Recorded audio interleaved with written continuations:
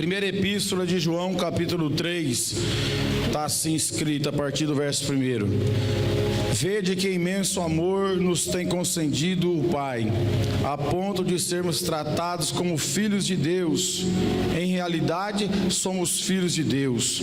Por esse motivo, o mundo não nos conhece, porquanto não conheceu a Ele mesmo. Verso 2: Amados, agora somos filhos de Deus e ainda não se manifestou o que havemos de ser. Todavia, sabemos que quando Ele se manifestar, seremos semelhante a Ele, pois o veremos como Ele é. Olha que versículo extraordinário. Olha o verso 3: E todo que tem nele essa plena confiança, purifica a si mesmo, assim como ele é puro. Verso 4: Toda pessoa que vive costumeiramente pecando, também vive em rebeldia contra a lei, pois o pecado é transgressão da lei. Sabeis igualmente que ele se manifestou para tirar os nossos pecados, e nele não há pecado. Verso 6: Todo aquele que permanece nele não vive pecando. Toda pessoa que continua no pecado não o viu, nem tampouco o conheceu. Verso 7: Filhinhos, ninguém vos iluda. Quem pratica a justiça é justo, assim como ele é justo. Olha o verso 8: Aquele que vive habitualmente no pecado é do diabo, pois o diabo peca desde o princípio.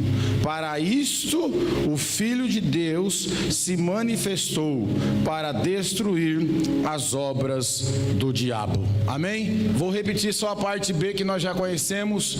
Para isso o Filho de Deus se manifestou, para destruir as obras do diabo.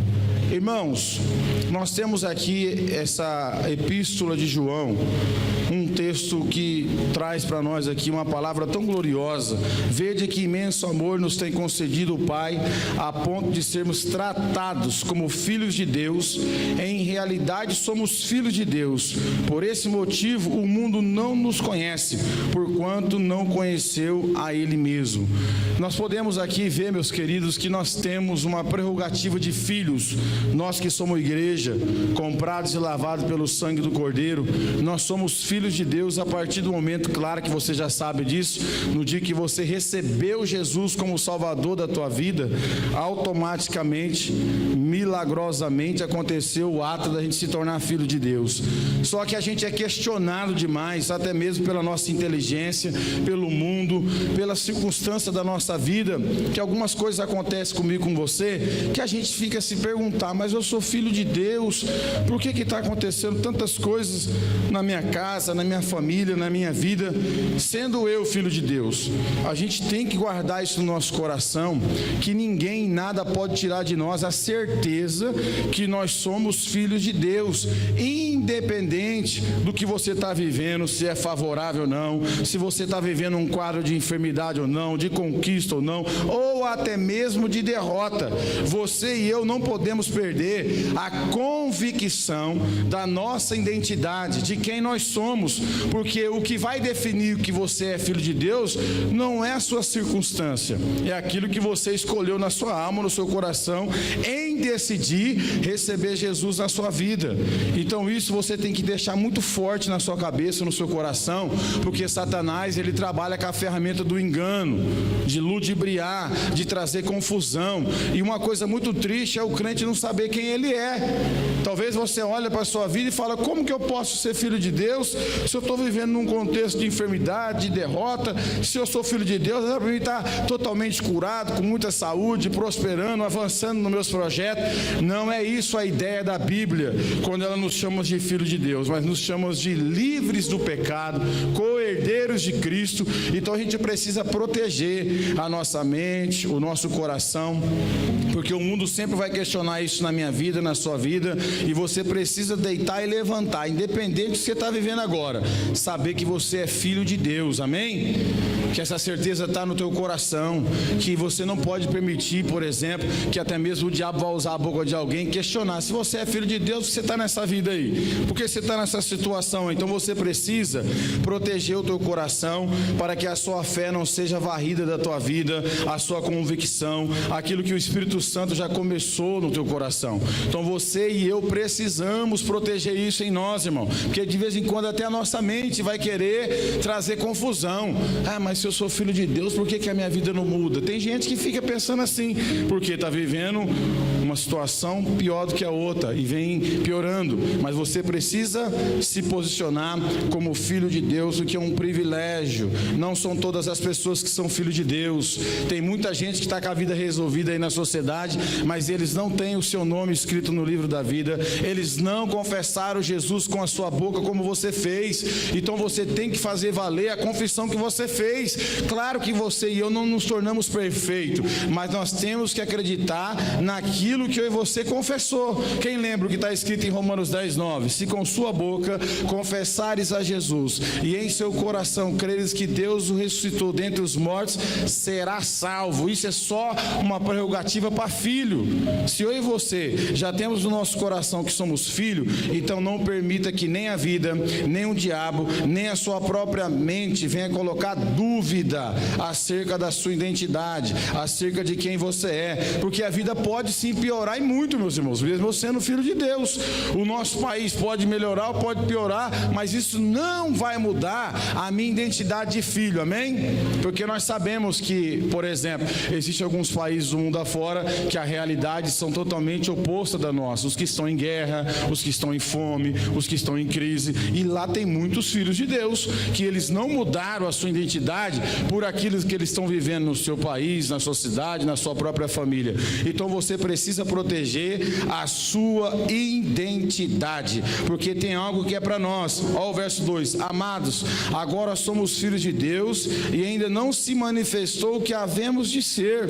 Todavia sabemos que quando Ele se manifestar, seremos semelhante a Ele, pois o veremos como Ele é. Então veja que agora nós não temos ideia do que a gente vai ser no futuro, mas quando Ele se manifestar, nós vamos ser semelhante a Ele. É um privilégio para quem? Só para os filhos de Deus. Nem os anjos é semelhante ao Pai. Inclusive teve um que se rebelou, o querubim ungido, e quis ser semelhante ao Altíssimo. Ele foi lançado de lá, junto com a terça parte dos anjos, porque quis ser semelhante a Deus. Agora eu e você vamos ser, porque aceitamos a obra expiatória que Jesus fez. E esse texto ele é rico demais. Todavia sabemos que quando Ele se manifestar, seremos semelhante a Ele, irmão. Que privilégio!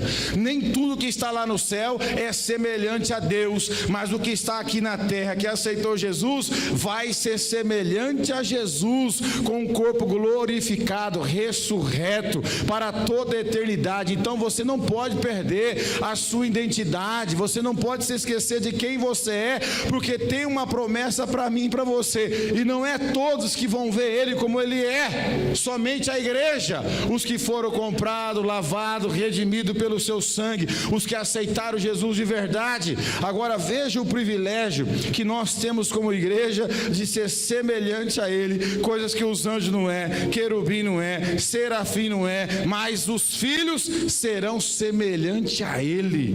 Você já parou para pensar nisso, irmão? Ser semelhante ao Todo-Poderoso Jesus Cristo? O texto está falando que a gente vai ser semelhante a Ele, pois o veremos como Ele é na sua totalidade. Essa ideia do capítulo 53 de Isaías que a gente tem de Jesus, ela é verdade, mas depois que Ele ressuscitou, Ele está num corpo glorificado, ressurreto. Já não é mais um Cristo sofredor que os homens viravam o rosto dele, não. Agora nós vamos ver Ele, irmão, na sua beleza, na sua glória, na sua majestade. E quando você começa a ver a glória de Jesus Jesus, a majestade nele, lembrando que nós vamos ser semelhante a ele. Olha que privilégio, meu e seu. Então você não pode perder essa identidade. Porventura aconteceu uma tragédia na sua caminhada, retorna, peça perdão, lembra quem você é, porque ele há de se manifestar e nós seremos semelhante a ele e vamos ver ele como ele é. Não vai haver mais segredo, não vai haver mais impedimento. Que coisa linda que vai acontecer com a igreja, irmão. Algo extraordinário. O céu vai ser descortinado. Deus há de se revelar para mim e para você, porque nós nos posicionamos aqui embaixo como filhos de Deus. Então isso aqui não vai acontecer, infelizmente, com todas as pessoas da terra, somente com aqueles que têm Jesus como seu Salvador. Vai ser semelhante a ele e vai ver ele como ele é. E o verso 3 está falando: e todo aquele que nele todo o que nele tem essa plena confiança, purifica a si mesmo, assim como ele é puro. Então aqui agora algumas coisas têm que acontecer comigo e com você. O ato da purificação. Pastor, como que eu faço isso? A Bíblia nos ensina, primeiro de tudo, lendo a palavra de Deus. A palavra de Deus nos santifica, nos limpa, nos transforma de dentro para fora. A oração nos santifica, nos faz homens e mulheres separados. Então algumas coisas de filho vai acontecer comigo e com você, irmão, se a gente não se cobrar, se a gente não se olhar no espelho e falar: Senhor, eu preciso ser mais santo, eu preciso guardar meus olhos, eu preciso guardar minhas mãos, a minha boca, estou muito mundana, me ajuda. E você, na prática, no hábito de ler a palavra de Deus, você vai se purificando, porque o texto está falando aqui, ó: e todo que nele tem essa plena confiança, purifica a si mesmo, assim como ele é puro. Se nós servimos um Deus puro, nós temos que se purificar, irmão, cada vez mais. Eu sei que esse assunto desconforta muita gente, porque a gente acaba estando muito acomodado, mas a santidade atrai a Deus, a santidade nos dá autoridade, a santidade faz os demônios ter medo e respeito de mim, de você. Quanto mais você se parece com ele, porque ele é puro, ele é justo, e a gente no decorrer da nossa vida, nas nossas orações, a gente tem que falar isso: Senhor, me ajuda, eu estou parecendo que eu estou no mundo, porque a gente sabe o nosso quadro, que a gente se encontra diante de Deus. Então a gente precisa se purificar, de vez em quando fazer um jejum, além de ser bom para a saúde, é bom para a vida espiritual, você entendeu? Aplicar uma disciplina espiritual na nossa vida. Não podemos aceitar ser filhos de Deus, ter a identidade de filho de Deus e manter o mesmo nível das pessoas que nós conhecemos. Você não fica com vergonha quando você encontra pessoas que não frequentam o tanto de igreja que você frequenta, não conhecem o tanto de Bíblia que você conhece, e às vezes parece estar igualzinho você, o linguajar, a maneira de viver, a forma de vida, e você não vê um diferencial em você. Isso fala que a gente precisa olhar para dentro de nós e nos purificar cada vez mais, pedir ajuda para Deus, ler a sua palavra, buscar na oração, no jejum e se separar para Deus, não ser igual aos demais, porque a igreja foi chamada para ser separada como filhos de Deus, amém? Isso é uma prerrogativa nossa, irmão. O Espírito Santo quer fazer isso. Purificar eu, você como filhos de Deus. Não vai ser filho e não vai ter nenhuma mudança. A gente vai ter algumas evidências de filho. Olha o verso 4: toda pessoa que vive costumeiramente pecando também vive em rebeldia contra a lei, pois o pecado é transgressão da lei. Então a gente tem que ver uma realidade nossa aqui. Eu peco, você também peca, mas a gente não vive costumeiramente pecando todo dia, toda hora, todo momento. Não, isso não acontece com quem é nascido de Deus, irmão. Pode acontecer como um acidente. Esse texto a gente explora muito sobre essa fala do pecador, que não é pecador escravo, mas é um pecador acidental, que é o nosso caso, porque o crente, o que tem identidade de filho de Deus, o que nasceu de Deus, o que nasceu da água, do Espírito, ele não bate asa, nem anjo ele se tornou, mas ele não vive aqui costumeiramente na prática do pecado. pecado. Quando acontece isso, dá uma tristeza nele, ele procura alguém para confessar, ele quer vir para a igreja, ele quer se consertar com Deus, porque a alma dele fica perturbada com o peso do pecado, e ele quer confessar, porque ele nasceu de Deus, ele é filho de Deus, e ele não quer viver costumeiramente na prática do pecado. Quem está me ouvindo aqui? Não permita você se acostumar com o pecado, irmão. Ah, mas esse pecado aqui eu já estou fazendo faz tempo, e é o seguinte, eu não consigo me libertar dele. Não, vai para cima do seu pecado, vai para cima dele e fala: Senhor, me ajuda a vencer nisso, eu preciso da sua ajuda, Pai. Há algum tempo eu estou lutando com esse pecado aqui, e algumas vezes eu tenho sido vencido por ele. Confessa diante de Deus: se eu não quero ficar acostumando com essa prática de se separar do Senhor, de correr o risco de viver no pecado costumeiramente. Então a gente precisa lutar com isso, que tem crente que está acostumado, irmão.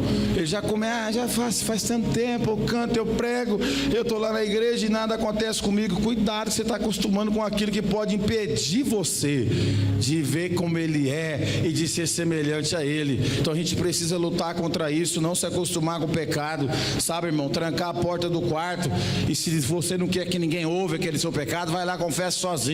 Se não é para ninguém saber, mas pelo menos Deus precisa saber, chega lá diante dele e fala: Senhor, esse pecado está acontecendo comigo esse mês, esse ano inteiro, eu não abri mão dele, me ajuda, não quero morrer nessa prática aqui, me liberta em nome de Jesus, e ele vai te ajudar.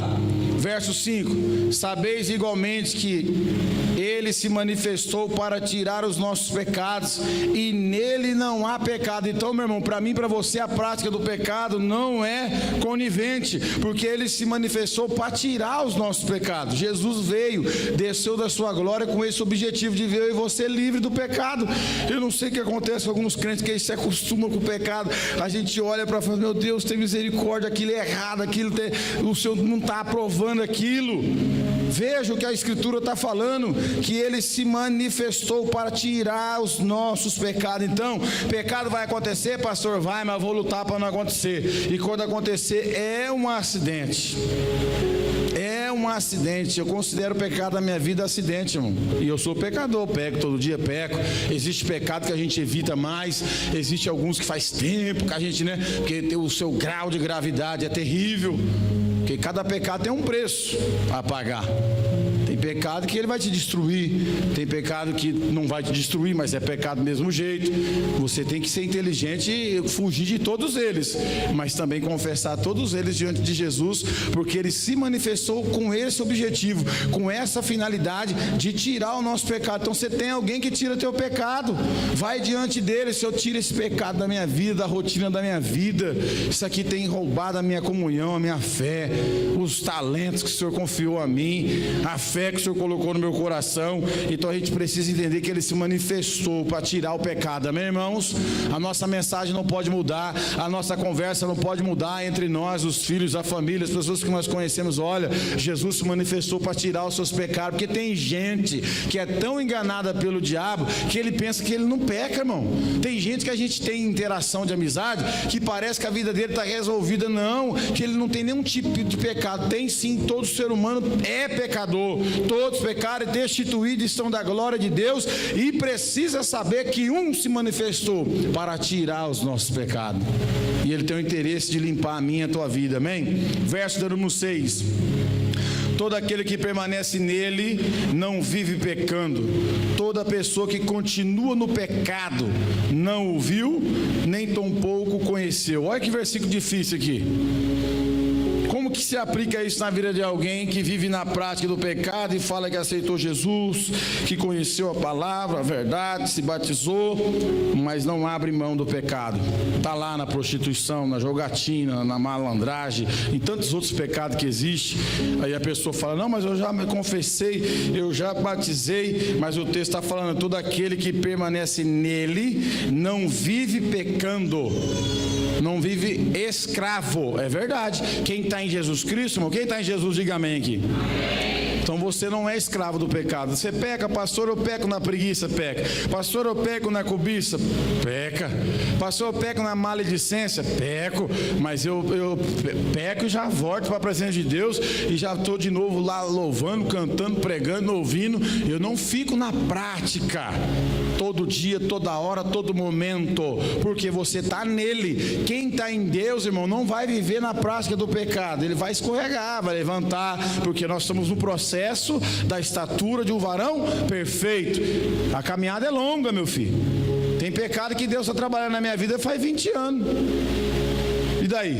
Mas eu estou lá, me ajuda, Senhor, não quero ser escravo, nunca mais, me liberta, Senhor, não deixa que eu venha ficar ali acostumando com o pecado, achar que faz parte da minha vida, né, que eu vou caminhar com ele até o final, porque tem gente que quer colocar o pecadinho no bolso, irmão, e caminhar com ele a vida inteira. Não, eu estou indo aí, mas o pecado está aqui no meu bolso e eu não abro mão. Não, o texto está falando, todo aquele que permanece nele não vive pecando. Toda pessoa que continua no pecado não o viu, nem tampouco conheceu. Aquele que está lá, ó, não se arrepende, não quer conserto, não ouve pai, não ouve mãe, não ouve pastor, não ouve irmãos, e está lá no pecado. Há uma ideia no texto aqui que essa pessoa nunca o conheceu, nunca ouviu, tampouco teve relacionamento com ele. Mas a gente sabe que o pecado tem um poder de cegar, amém, irmãos? O pecado tem um poder de cegar a pessoa. Ela pode ter conhecido Jesus, sim, a palavra de Deus, mas ali não confessa, peca hoje, peca amanhã, e vai se acostumando com essa vida de pecado. Daqui a pouco, meu irmão, ele não está enxergando mais nada, o perigo que ele está correndo. Então a gente precisa tomar muito cuidado com isso, porque a prática do pecado, ela é perigosa, ela tira a pessoa do reino do céu. Olha o verso 7: filhinhos, ninguém vos iluda, quem pratica a justiça é justo, assim como ele é justo. Então não deixe ninguém te enganar. Você tem a justiça de Deus no teu coração, você tem a sua identidade, você sabe quem você é diante de Deus, e você deve, juntamente comigo, praticar a justiça, porque ele é justo. Amém, irmãos? Nós não podemos se adequar com o modelo da sociedade. O que Paulo ensinou em Romanos 12? Não vos conformeis com este mundo, mas transformar-vos pela renovação do vosso entendimento. O que é injusto lá fora, eu e você não podemos concordar. Tudo aquilo que é injustiça, tudo aquilo que não é de boa fama, tudo aquilo que não glorifica a Deus, eu e você temos que se posicionar como justo, não concordar, não fazer parte. Como agora, o que está acontecendo agora? Eu vi um senador até mostrar um vídeo lá de uns demônios pegando um pessoal no carnaval, e ele pegou e questionou, porque tinha uma multidão. Eu fiquei pensando, quando ele abriu aquela palavra, falou: será que entre essa multidão não tem um cristão aí no meio? Não tem um católico aí no meio? Como que essas pessoas podem estar aplaudindo e presenciando isso, compactuando com aquilo? Irmãos, no carnaval agora é momento de muitas máscaras cair, de muitas pessoas que ficaram a vida inteira na igreja, o ano inteiro na igreja, sabe, até enganar pai e mãe, e ó, pro mundão, porque vai revelar aquilo que está no seu coração. Então a gente precisa tomar cuidado, que ninguém nos engana, que ninguém nos iluda, que pratiquemos a justiça, porque ele é justo, amém? Agora o versículo que eu quero explorar um pouquinho é esse verso aqui, ó: aquele que vive habitualmente no pecado, vixe, aqui que eu quero ver, porque aqui tem dois pais e tem dois tipos de filhos, né? Tem os filhos de Deus nesse texto e tem os filhos do diabo. Tem Deus que é pai e tem o diabo que é pai também. Eu fiquei, meu Deus, tem misericórdia daqueles irmãos que já me ouviram lá, que talvez não vai agradar muita gente, mas é uma verdade, irmão. Tem pessoas que têm dois tipos de pai: o pai biológico e Deus como pai. E tem pessoas que têm o pai biológico e o diabo como pai. Talvez a grande maioria não sabe, mas é, porque a Bíblia diz que ele é o pai da mentira. Olha o texto: aquele que vive habitualmente no pecado é de quem? É eu que estou falando? É de quem? É do diabo, pois o diabo peca desde o princípio. Para isso, oh glória, o Filho de Deus se manifestou para destruir as obras do diabo. Então, irmão, se uma pessoa viver na prática do pecado, escuta eu, pode ser empresário, jogador de futebol ou um cortador de cana, o que quiser ser na sociedade, isso não muda. Se a pessoa ficar na prática do pecado, pode ser o seu filhinho lindo querido, o meu irmão lindo querido, se ele ficar na prática do pecado, eles é filho do diabo. É a Bíblia que está falando. Se a pessoa não se converter, se a pessoa não ter Jesus como Senhor e Salvador da sua vida e não permitir que o Filho de Deus destrua nele as obras do diabo, ele tem o diabo como pai, por causa da prática do pecado, da desobediência. É sério isso aqui, irmão. Será que você nunca leu isso aqui na Bíblia? Você consegue ver tanta gente na sociedade aí que tem o diabo como pai, eles até não querem ter, mas porque a prática de vida, aquele que vive habitualmente no pecado, é do diabo. A Bíblia que está falando, pois o diabo peca desde o princípio. Para isso o Filho de Deus se manifestou para destruir as obras do diabo. E as obras do diabo quais são? É bem verdade que é lá em João 10:10, aquele texto, muita gente faz a primeira aplicação errada, está dizendo o ladrão não é o diabo, está escrito o ladrão veio roubar, matar e destruir. A primeira aplicação ali era para os sacerdotes corruptos, os pastores que eram mercenários, e Jesus estava falando desse grupo de pessoas. Mas a segunda aplicação, sem ferir o texto, porque a Bíblia fala que o diabo tem obras, a Bíblia fala que ele tem obras, está no plural. Ele rouba também, ele mata também e ele destrói também, destrói famílias, vidas no vício, na prostituição, na violência, na corrupção, em tantas outras esferas que a gente vê na sociedade, que o diabo está operando. É só enxergar com os olhos espirituais. É ele que está fazendo todo esse dano no ser humano, porque nós somos imagem e semelhança de Deus. Dobra a sua atenção. E Deus não tem inimigo.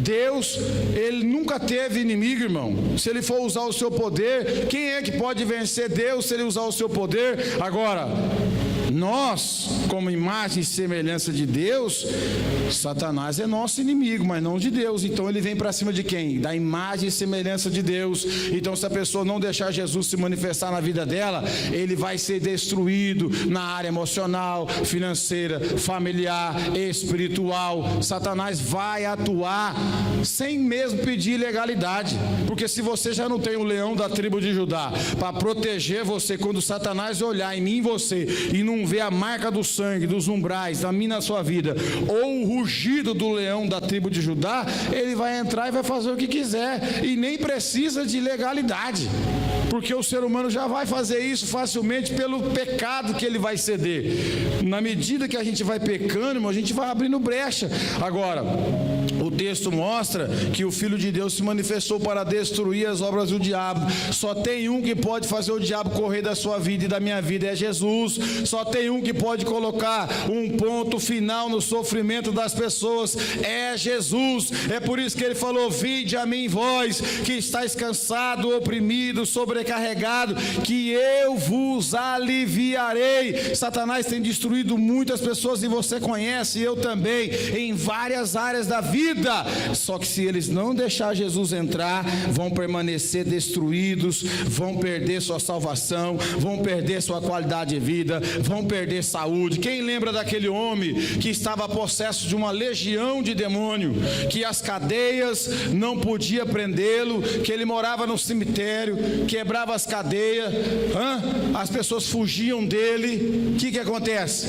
Quem foi até ele? O Cristo. Quando Jesus desceu do barco, os demônios já percebeu que chegou aquele que veio desfazer as obras dele. Jesus foi até lá, colocou aquele homem em liberdade, que nem as prisões da época continuam a prender ele. Segundo o texto da Bíblia mostra para nós que ele era uma pessoa que destruía as cadeias, era uma pessoa que vivia isoladamente, sofrendo na mão do inimigo. Mas quando Jesus se manifestou, destruiu as obras do diabo na vida dele, deu dignidade para ele. Ele queria até seguir a Jesus, e Jesus falou: não, volta para os seus, porque só Jesus pode destruir as obras do diabo, irmão. Se ele não aparecer na minha, na tua vida, vai ter coisa do diabo lá, mas se ele aparecer, o inimigo tem que pegar tudo que é dele e sair, porque Jesus é o que tem poder para desfazer as obras dele. E ele fez isso na minha, na tua vida. Olha onde você estava, veja, talvez você não enxergava que o diabo estava na tua vida. Olha a mentira que você vivia, o engano de Satanás, que eu e você estava lá, né, concordando com aquela vida de pecado, mas Jesus se revelou para mim, para você, destruiu as obras do diabo na minha, na tua vida, e o texto fala que ele nos tirou das trevas e nos transportou para a maravilhosa luz. Isso é um privilégio muito grande, meu irmão. Não tem atuação do diabo na nossa vida, tem fraqueza nossa, que a gente é filho de Deus, a gente é pecador, mas atuação do diabo não, porque agora nós somos propriedade exclusiva do Senhor Jesus. Quem lembra daquela coitada que ficou 18 anos na sinagoga, tinha culto, tinha pregação, tinha ensinamento, mas o texto mostra, Júlio, que era o espírito de enfermidade, um espírito maligno, e Jesus falou: vou colocar um ponto final, eu vou colocar essa mulher em liberdade. Hoje esse espírito maligno de enfermidade não vai mais atuar nessa filha de Abraão, e colocou ela em liberdade, interrompendo toda a obra do diabo na saúde dela, porque não é toda a enfermidade que é a origem de Satanás, mas existe algumas que a gente precisa buscar em Deus, em oração, na fé, para que Deus possa colocar em liberdade a nossa vida e não permitir a atuação do diabo. E a gente pode fazer isso nas nossas orações, certo? A atuação do diabo às vezes está no filho, no esposo, em alguém que você ama, irmão. E eu sei que tem coisas que a pessoa vai ter que decidir, mas e a oração? Tem coisa que o diabo não fez ainda, né, pastora Selma? Porque tem gente orando. O diabo só não matou o A, o B lá, porque tem gente que está ali, Senhor, não deixa, guarda, preserva a vida, e só pelo poder do nome de Jesus, que há o poder sobrenatural no teu nome, Satanás fica limitado em trabalhar, em agir. Agora, irmão, se uma pessoa não tem ninguém orando por ele, olha o que eu vou falar aqui, se tem uma pessoa que já está lá na mão do diabo, e não tem ninguém orando por ele, ninguém lembrando dele, a igreja não intercede por ele, é um prato feito para o diabo abrir a cova e jogar dentro, porque ele tem prazer de fazer isso, ele tem prazer de destruir a imagem e semelhança de Deus. Mas o Filho de Deus se manifestou para destruir as obras, e você hoje é um testemunho que a obra que o diabo fez na sua vida, Jesus destruiu. Hoje você é livre do vício, liberto de tantas coisas que estavam na tua vida, né, irmão? Tem hora que dá até vergonha de falar, não dá? A gente de vez em quando é obrigado a dar o testemunho para glorificar a Deus, mas olha, falar para você, eu aprendi de um tempo, eu não gostava muito mais de dar o testemunho não, porque eu nem me via naquela vida que eu estou falando, do tanto que Deus me libertou, da obra que Ele fez. Eu falo: rapaz, vou falar, mas olha, parece que eu nunca fumei, parece que eu nunca fiz essas coisas. De tamanha foi a libertação. Ele nos tirou da prisão, Jesus tirou você da prisão, tirou eu da prisão. Hoje nós somos livres para adorar a Deus, servir o seu santo nome na terra e continuar propagando o teu nome. Onde a gente colocar as plantas dos nossos pés, nós vamos levar a boa notícia que Jesus destrói as obras do diabo. Pode estar na macumbaria, na feitiçaria, no crack, na bebida, em qualquer situação, se o Filho de Deus chegar, vai acabar o trabalho do diabo naquela casa, naquela família, e aquele que nós estávamos vendo preso vai ser livre para a glória do Deus Pai. É por isso que Jesus falou: conhecereis a verdade, e a verdade vos libertará, e se o Filho vos libertar, verdadeiramente sereis livre. Isso aqui não tem preço. Por isso que eu falo para você, não perca a sua identidade. Talvez você não vai ter tudo que você tem, não vê as coisas que você planejou, mas você é filho de Deus, irmão, certo? Você vai ser semelhante a Ele. Satanás tentou isso, não conseguiu. Ele, os anjos, nós vamos ser semelhante a Ele, vamos ver Ele como Ele é.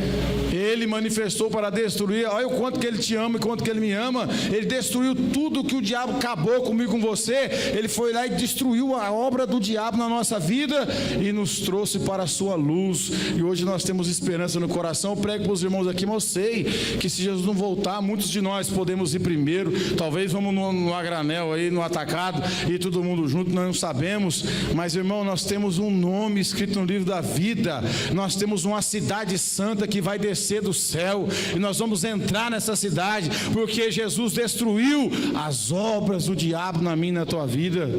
Então nós somos mais do que vencedor. Então se viva assim, com essa perspectiva na cabeça. Não, eu sou filho, eu erro quando eu peco, mas eu não sou escravo do pecado, e o meu pai não é o diabo. Viu? Que tem alguns crentes que estão aceitando o diabo, falando: eu sou seu pai, rapaz, você não sai da mentira, eu que mando você. Então você precisa não permitir isso, certo?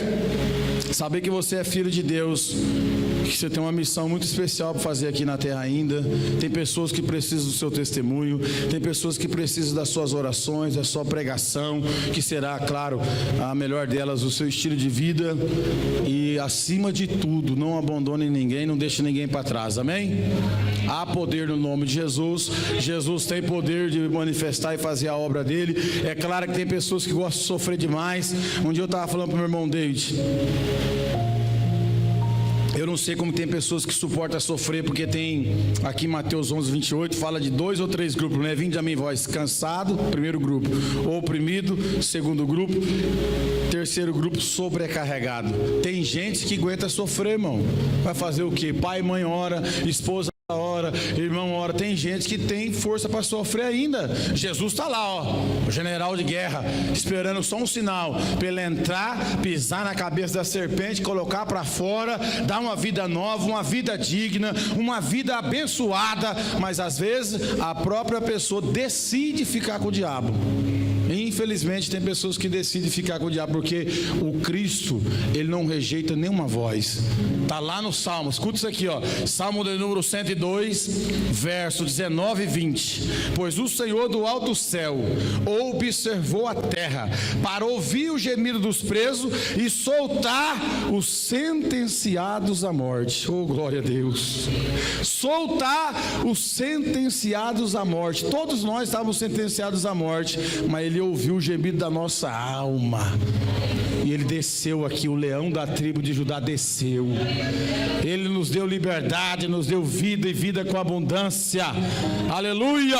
Não permita que ninguém tire isso de você, que você é filho, que ele ouviu o gemido da alma do alto céu e colocou em liberdade a minha e a tua vida. É por isso que eu não negocio a minha liberdade com ninguém, porque Jesus conquistou ela com sangue, e através do sangue nós somos libertos para a glória do poder de Deus. E hoje nós somos testemunha aqui. É uma vergonha para o diabo quando ele passa em frente à igreja e vê um dia esse camarada estava nas minhas mãos, um dia essa família estava nas minhas mãos, estava na minha gaiola, mas Jesus libertou eles e estão lá adorando a Deus, e não há o que fazer contra eles. Não há o que fazer contra eu e você, porque nós somos a igreja. Edificarei a minha igreja, e as portas do inferno não prevalecerão contra ela. Só vai ficar para trás, irmão, quem quiser ficar. Só vai ser filho do diabo quem quiser ser, porque os filhos de Deus estão aí, pregando, cantando, testemunhando e falando das boas novas. Amém? Deus abençoe os irmãos. Eu agradeço essa atenção, e que você possa levar a parte B desse versículo para a sua vida. Para isso o Filho de Deus se manifestou, para destruir as obras do diabo. Quando você se sentir oprimido, você pode orar nesse sentido: Satanás, as suas obras foram destruídas na minha vida, na minha casa. Pode sair fora, não há lugar para você aqui no meu lar, na minha família, nos meus filhos. Usa esse poder que já está dentro de você, e você vai ver o diabo pegar em retirada, porque o diabo tem medo de quem sabe quem você é. Quando você sabe quem você é no reino, aí fica difícil para ele, porque você não tem dúvida, você é filho assumido. Amém? E que Deus abençoe a igreja, que você possa ter uma noite maravilhosa de sono, descanso. Leia